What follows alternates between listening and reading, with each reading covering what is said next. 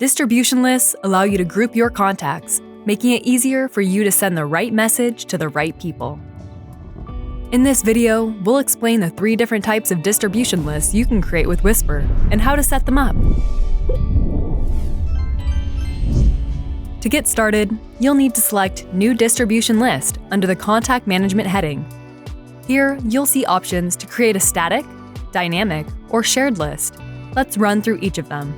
A static list is a list you create manually by selecting each person you want to include. Simply create a name for your list and start selecting the people you want to add. You can quickly search through your contacts using the filter options.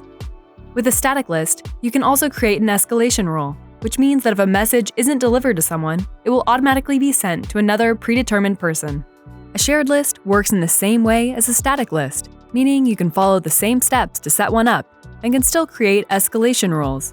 The only difference with a shared list is that you can map it to share with other workspaces too. Once you've created your shared list, click on Distribution Lists under the Contact Management heading. Choose the list you want to share, and then select Map Distribution Lists. From there, choose the workspaces you want your shared list to appear in. Finally, we have Dynamic Distribution Lists. These lists are automatically created based on the rules you set. You can set a rule to match any contact field within Whispir. For example, you can create a dynamic list that includes every contact with a particular job title. Every time you send a message to a dynamic distribution list, it will automatically rerun the rule and remove anyone that no longer fits the bill. So, for example, if you've updated a contact because their job title has changed, your distribution list will automatically change too. Now that you understand the 3 different types of distribution lists, you're ready to get started.